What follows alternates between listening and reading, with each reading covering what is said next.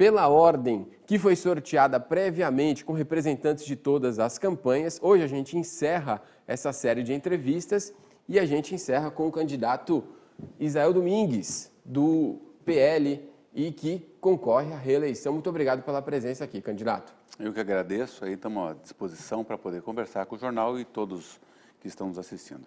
Tá certo. Os 13 minutos e meio passam a contar a partir de agora. Candidato Israel Domingues, do PL, como eu falei, 53 anos, atualmente prefeito, mas já foi vice-prefeito, vereador, também médico. Candidato, a sua coligação tem 7 partidos, é a maior aqui da cidade de Pindamonhangaba. A gente sabe que quando isso acontece, é natural que esses outros partidos vão participar da sua administração municipal. Mas quando a gente vê tantos partidos assim, um dos receios que surge é o medo de dever muitos favores, pode ser um indicador que serão muitas partes para agradar depois. Não corre o risco de entrar nesse jogo político negativo da troca de favores? Bom, eu não acredito, mesmo porque nós estamos com 7 partidos, né, e você vê que tem coligações que estão até com uma certa proporcionalidade, tem 4, 5, né? Eu me falo a proporcionalidade quando a gente compara com a eleição anterior, que você tinha pessoas com 20 partidos e eu tinha 2 partidos. Então, existe uma certa proporcionalidade. Agora, sim, o que nós temos é uma máquina bem ajustada, nós temos ali o secretariado bem ajustado. Eu acho que a cidade ela começou a ter um avanço muito grande e, evidentemente, que ajustes deve ter, né? A gente sabe disso, mas eu não acredito que tenha uma reformulação maciça da máquina administrativa.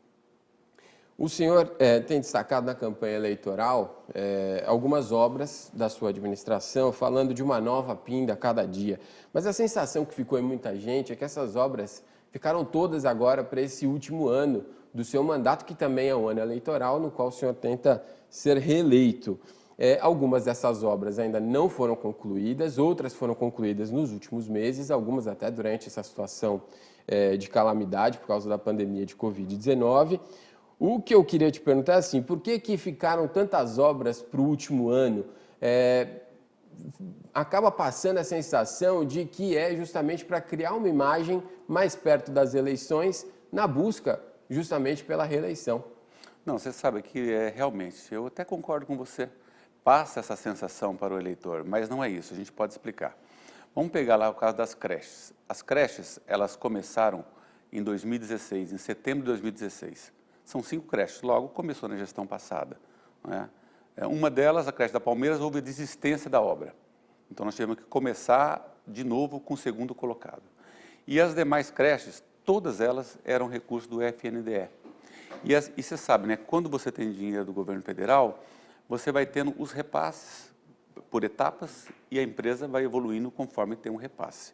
E demora mesmo. Agora, se a gente comparar com as obras que foram feitas pelo município, com o recurso do município, com previsão de 8 meses, né, que são os 3 CEAPs, nós estamos batendo aí 1 ano, praticamente são todas prontas.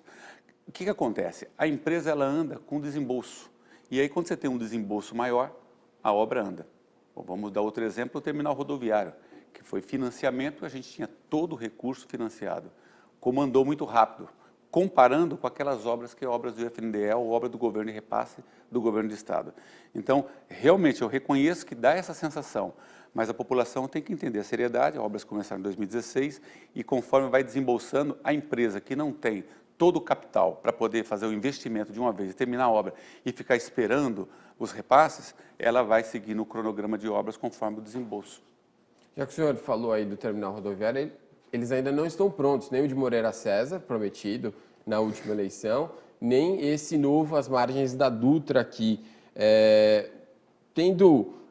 Isso agora é uma das propostas de mobilidade urbana nessa campanha.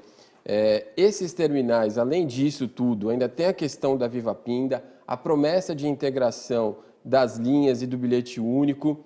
Se nem o problema com a Viva Pinda foi resolvido, como é que o senhor pretende resolver agora? Como é que o senhor garante para a população que vai ser resolvido? Eu vou entrar também no aspecto da Viva Pinda, porque assim, o senhor teve 4 anos de mandato, antes disso era vice-prefeito, teve também na administração municipal outros 4 anos, desde 2014 essa situação com a Viva Pinda se arrasta. Por que ela ainda não foi resolvida? O que falta? E como que o senhor garante que vai ser resolvido agora? Não, vai ser resolvido.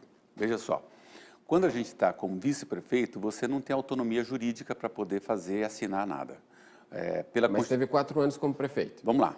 Então, pela Constituição Federal, o artigo 79, e pela nossa lei orgânica, o artigo 57, compete ao vice-prefeito substituir, no caso de um problema de saúde, o impedimento legal ou então a viagem.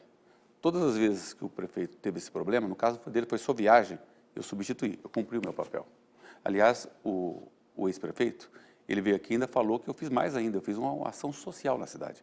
Ele falou que eu operei todo mundo na cidade. É ele que falou isso aqui. Então, eu fiz mais do que a minha função. Tudo bem, até aí tudo bem.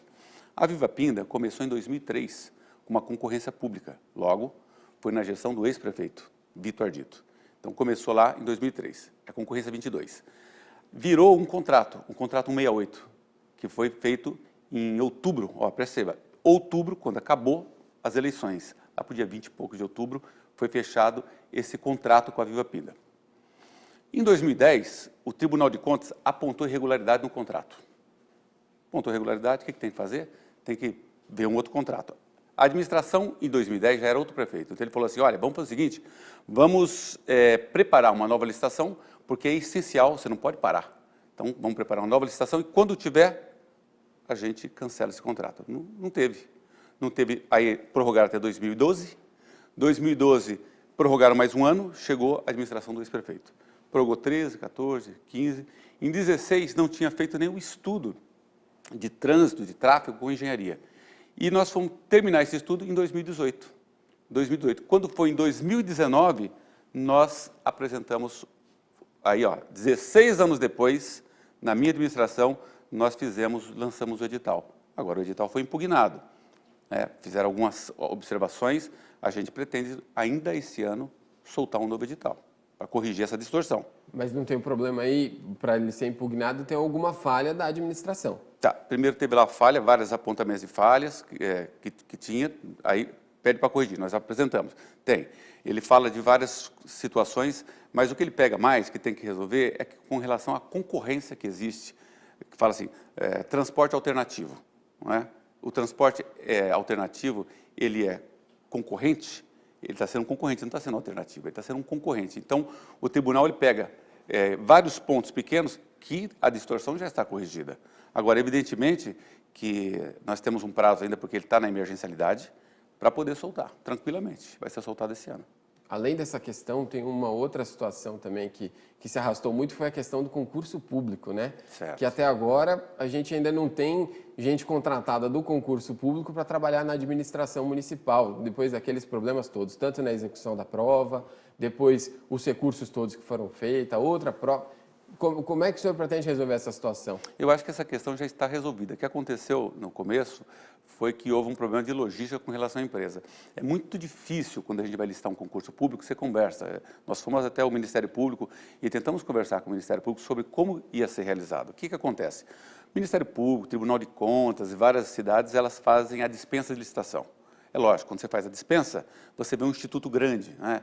Vem lá um Carlos Chagas, vem aquele instituto grande que estão acostumados a fazer prova. O Ministério Público aconselhou, falou assim, não, faça o pregão. Por quê? Lógico, o preço cai, só que quando cai o preço, aí você não sabe qual o instituto que vem. Aí uma empresa de renomada dessa, ela não vem para participar, para mergulhar no preço. Não vem, porque o custo dela é 40, 50 reais a inscrição. A nossa foi 9 reais. Então, começa daí. Aí houve um problema logístico? Houve, foram 40 mil inscritos, teve problema logístico, teve chuva no dia, realmente aconteceu. O que nós fizemos? Nós cancelamos a prova e aplicamos uma nova prova. Foi difícil, queria fazer prova só para um segmento, falei, não, a prova ou é para todo mundo ou cancela tudo. Fizemos novamente a prova para todos os empregos que estavam ali e ela transcorreu bem. Foi tudo certo, e nós participamos ativamente. Mas até agora nada disso. Não, foi homologado. O concurso está homologado. Mas ninguém é contratado. Não tem contratado por causa do ano eleitoral, e nós vamos ter outro problema maior ainda, que não depende da administração pública. O presidente Bolsonaro sancionou a Lei 173, que proíbe a contratação até dezembro de 2021. É um problema que nós vamos ter, porque nós temos 5 creches para inaugurar, e nós vamos inaugurar, nós vamos ter que achar uma brecha jurídica para isso, e vamos achar, porque não é possível ter 5 equipamentos, estou falando só da creche, né? Fora o CA, 5 e a gente não ter a possibilidade de concursar, de chamar de concurso. Então, deve começar agora, em 2021, a gente deve abrir um novo PDV, porque aí tem uma brecha legal para a gente poder remanejar e substituir aquilo que nós colocamos à disposição. Então, abre um novo PDV e contrata mais, e nós vamos peitar essa lei, falando a justificativa que nós temos equipamentos novos, não pode ficar parado, senão vandaliza. O senhor falou de creche aí, falando um pouco sobre educação, em 2016, quando o senhor foi candidato, o senhor disse que construiria três escolas, uma em Moreira César, uma na Zona Leste e outra no Araretama. E essas escolas teriam uma infraestrutura diferenciada para educação de qualidade, com sala informatizada, com acesso digital, biblioteca com acessibilidade para alunos especiais, salas para aulas de danças, de música e atividades multimeios, quadras poliesportivas, áreas de lazer e também de entretenimento. Isso foi entregue? Que escolas que são essas? Então, na verdade, o que acontece? Você entra na administração pública, você faz um fino ajuste de tudo isso aí, teve que fazer, mas nós estamos fazendo, não nessa configuração que você falou, mas identificamos, para não acontecer de construir um elefante branco, nós estamos fazendo. Os 3 CEAPs, que são Centro de Educação Avançada, que são escola em tempo integral, elas praticamente estão prontas. O CEAP Campinas está pronto. E a mobília está toda comprada. CEAP Campinas, CEAP Castolina e CEAP Bem Viver. Por que nós reconfiguramos? Em função da avaliação do secretário, no caso foi o Júlio, depois a Luciana Ferreira, de poder entender socialmente onde existia mais vulnerabilidade social, e eu achei justo isso. Então, nós abrimos a mão do plano de governo inicial para poder fazer o ajuste fino, porque a gente não pode insistir no erro, tem que mudar. Então, nas 3 comunidades que têm mais vulnerabilidade, os centros de educação avançada, aliás, são as 3 primeiras escolas em tempo integral da cidade. E estão praticamente prontas, e nós vamos ter que discutir nessa seara sobre a questão de RH para elas também, o ano que vem. E elas têm um conceito muito parecido com essa proposta que nós falamos inicialmente. O senhor falou aí de ajustes finos que tem que ser feito em relação a promessas e aquilo que é cumprido. O senhor prometeu a construção de um centro de zoonoses que iria oferecer, entre outros serviços, a castração e também a adoção de animais. Agora o senhor promete um hospital veterinário regional. Se a primeira proposta ainda não está operando efetivamente, por que o senhor já está prometendo uma ainda maior? Faz parte desse ajuste fino, mas se não concluiu o mais simples, como é que garante que vai concluir o mais complexo? Eu vou falar que isso é uma questão de temporalidade, porque o CEPATAS, que é o Centro de Proteção e Atenção à Causa Animal, ele praticamente, o bloco principal dele está todo pronto. Inclusive os cães e gatos já estão todos remanejados. Não tinha gatil, nós fizemos o gatil, e nós propusemos fazer... Aí eu vou falar do ajuste fino com relação à castração através do castramóvel. Nós fizemos 2 ações de castramóvel, agora a terceira que foi licitada recentemente. Por quê? Porque a gente começou a perceber como era difícil. Uma coisa é você estar fora da máquina, outra coisa é você entender como a máquina funciona. Por exemplo, quando a gente fala em castramóvel, o que é o castramóvel? Todo o pessoal, cadê o castramóvel? O castramóvel é um veículo, tá bom. Ele opera sozinho? Não. Aí eu vou ter que ter o veterinário, aí é um novo contrato para veterinário. E depois um novo contrato para equipamento médico, depois um novo contrato para medicação. Então, isso inviabiliza. O sistema não roda. Então, para operacionalizar e a coisa rodar, nós contratamos o castramóvel completo. Inclusive, agora vai rodar mais uma edição de castramóvel que já está licitado, está pronto. O que nós temos hoje funcionando? Nós temos o primeiro bloco, que é o bloco principal, já está pronto. E até o final do ano, a gente deve entregar o menor bloco, ou seja, nós ampliamos a capacidade de atenção, não só a animais de pequeno porte, como animais de grande porte, que já está pronto. Então, agora, daqui para frente, lógico que nós temos que pensar em evoluir. O seu tempo acabou, a gente tinha outras perguntas, mas o tempo acabou. O senhor tem mais 1 minuto para suas considerações finais. Bom, eu acho que a gente tem que votar no 22, peço o voto do 22 para vocês, porque o 22, as pessoas estão falando aí que nós estamos fazendo uma série de situações que é chamado de maquiagem ou, sei lá, perfumaria. Né? Mas eu quero insistir em você refletir e saber o seguinte, se dar uniforme para os seus filhos que nunca foi dado, se isso é maquiagem. Então, tem que fazer essa reflexão. Se fazer 2 terminais rodoviários, inclusive eu passei agora, já praticamente está todo terraplanado, vai começar a subir toda a estrutura aqui próximo à FAP Funvic, se isso também é maquiagem. E fazer 60 quilômetros de asfalto, se é maquiagem. Se é maquiagem, também fazer 3 centros de educação avançada. Né? Então, a cidade está se preparando agora para o pós-pandemia. está se estruturando, está se organizando. Ela está ficando bonita sim, vai ficar muito mais bonita ainda para ser atrativa para que novos investimentos. Por isso, a gente pede a vocês que estão nos vendo, assistindo, 22, dia 15. Agradeço ao prefeito Zé Domingues, candidato à reeleição, que esteve aqui com a gente. Agradeço principalmente a você, telespectador, que nos acompanhou em mais uma edição.